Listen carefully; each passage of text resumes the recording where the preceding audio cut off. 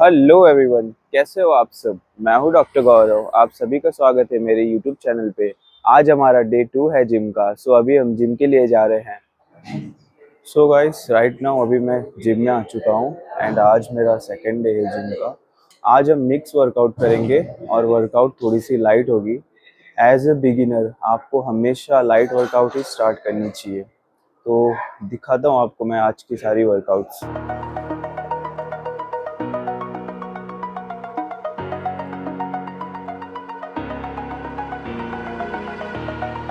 Over the edge, feel like I'm floating through the air. The pain I felt is paid for, all is said and done. Oh, I am restricted, fixed upon the web. I need to kick the habit that my mind is breathing in. Break out, I've got to see. Spent all my life holding all of it closely. I played it innocent, a feel of discontent. I'm finally facing it all, fearless.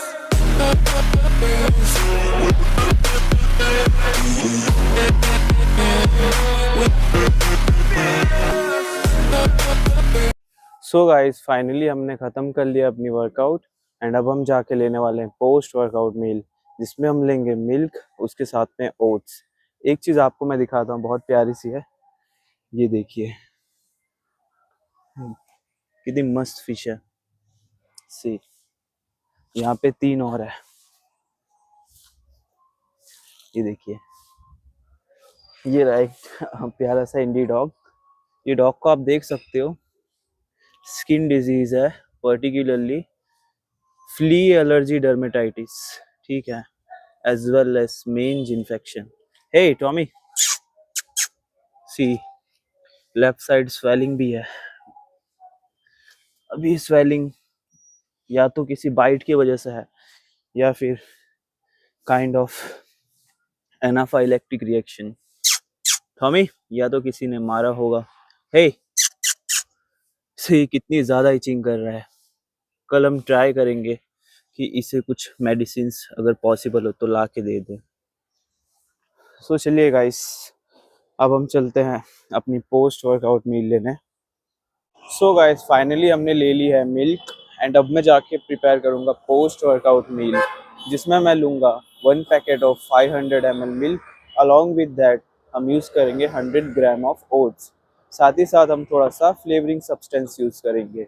So guys, मेरी post workout meal बहुत ही ज़्यादा simple है। Post workout meal के लिए मैं ले लेता हूँ 100 ग्राम ओट्स, थोड़ा सा और ले लेंगे। देन उसके बाद मैं इसमें ऐड करता हूँ थोड़ा सा चॉकलेट सिरप फ्लेवर के लिए। देन उसके बाद लास्ट में हम ऐड कर देते हैं 500 ml मिल्क।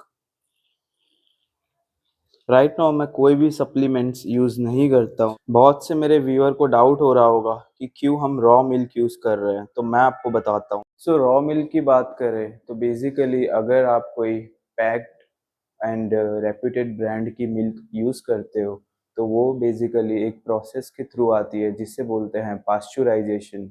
एंड इस प्रोसेस में जितने भी माइक्रो ऑर्गेनिजम्स होते हैं वो डिस्ट्रॉय हो जाते हैं, क्योंकि मिल्क को बहुत ही ज़्यादा हाई टेम्परेचर पे हीट किया जाता है।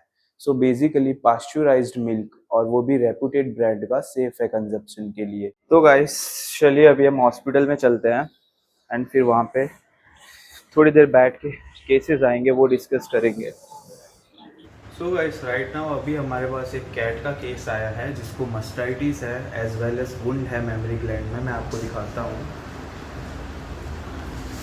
तो गाइस ये देखिए, ये कैट है, इसे ऊपर कीजिए थोड़ा, देखिए पूरी टीथ स्वॉलन है एंड साथ में एक बहुत ही बड़ा इसको वुंड है। तो अभी इसकी ड्रेसिंग होगी, देन इसका मेडिसिनल मैनेजमेंट हम करेंगे। फाइनली केस ख़त्म करके हम आ गए अब अपनी कैबिन में एंड मैं आपको कुछ टिप्स देना चाहता हूँ प्रीवियस केस से। सबसे पहला, क्लीनिंग ऑफ वुंड। कभी भी किसी भी एनिमल पे वुंड प्रेजेंट हो तो आपको उसको कैसे मैनेज करना है। आपको उसके लिए चाहिए रहेगा पहले एक एंटीसेप्टिक सॉल्यूशन। मैं रिकमेंड करता हूँ पोविडोन आयोडीन सॉल्यूशन। बट अगर नहीं अवेलेबल है तो लूक वार्म वाटर, यानी कि वाटर को थोड़ा सा गर्म करके उसमें सॉल्ट आप ऐड करके एंड देन उसको भी as an antiseptic solution use कर सकते हो। तो आपको लेना है एंटीसेप्टिक एजेंट, उसको वुंड के अंदर डालना है, देन उसके बाद कॉटन से वुंड को क्लीन कर लेना है। ये प्रोसीजर 2 to 3 टाइम्स आपको करनी है। अगर वुंड बहुत ज़्यादा बड़ा है तो आपको अपने नज़दीकी वेट को कंसल्ट करना चाहिए।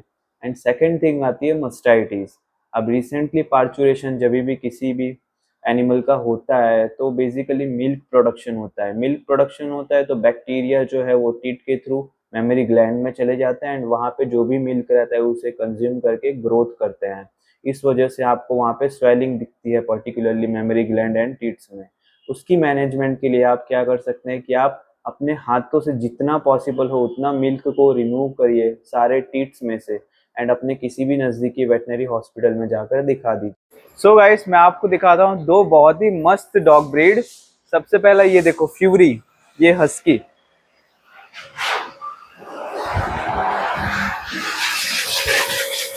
ये रही फ्यूरी, ये देखिए, ये गोल्डन रिट्रीवर एंड ये फ्रेंच मैस्टिफ मैगी। मैगी, ये देखिए कैसे खेल रहा है। ये छोटा सा सीजो,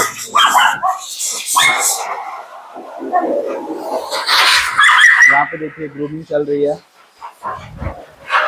ये देखिए फ्यूरी, फ्यूरी, हे फ्यूरी, कितना प्यारा है। नीचे चली गई फ्यूरी।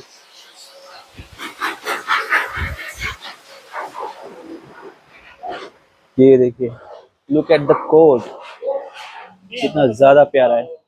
हे, कहाँ पे गया? हे कम। ये देखिए फिश देख रहा है। No, don't drink. ये मैगी है, देखिए इसे।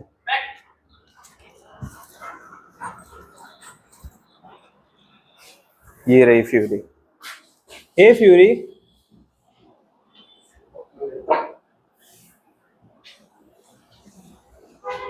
कितना छोटा सा क्यूट सा है।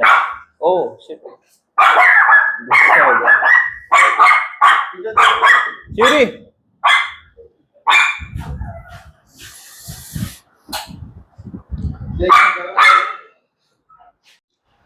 तीनों के तीनों एक साथ।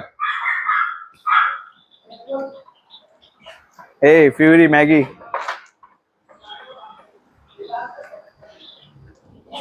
फ्यूरी,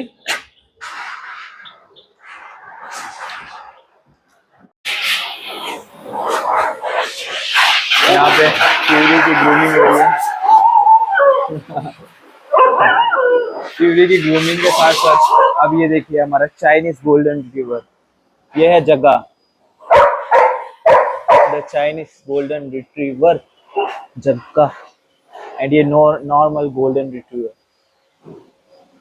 एंड मैगी कहाँ पे चली गई? मैगी, मैगी, ये रही मैगी, यहाँ पे खड़ी है। कितनी प्यारी लग रही है। जग्गा मेरे साथ खेलने आ रहा है। जग्गा, ए जग्गा, देखिए गाइस कितना क्यूट लग रहा है जग्गा,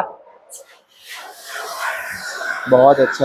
सो राइट नाउ हमारे पास एक डॉग प्रेजेंट हुआ है जिसको कंप्लेन है वेट गेन की एंड स्किन डिसीज़ की। स्किन डिसीज़ की बात करूँ तो पर्टिकुलरली एलोपेशिया है and some kind of crust formation है। इसको पायोडर्मा इन्फेक्शन भी है। सो बेसिकली हाइपोथायरॉयडिज्म के केसेस में वेट गेन होता है as well as skin issues आते हैं। तो इसकी ब्लड कलेक्शन हो गई है, अब ब्लड टेस्ट जाएगी लेबोरेटरी के लिए एंड हम कंफर्म करेंगे कि इसे कौन सा इशू है। सो केसेस ख़त्म करने के बाद हमने आके कर ली थोड़ी सी रीडिंग। तो फाइनली सभी केस ख़त्म करने के बाद अब हो चुकी है रात एंड मिलते हैं आपसे नेक्स्ट व्लॉग में। तब तक के लिए बाय बाय, टेक केयर।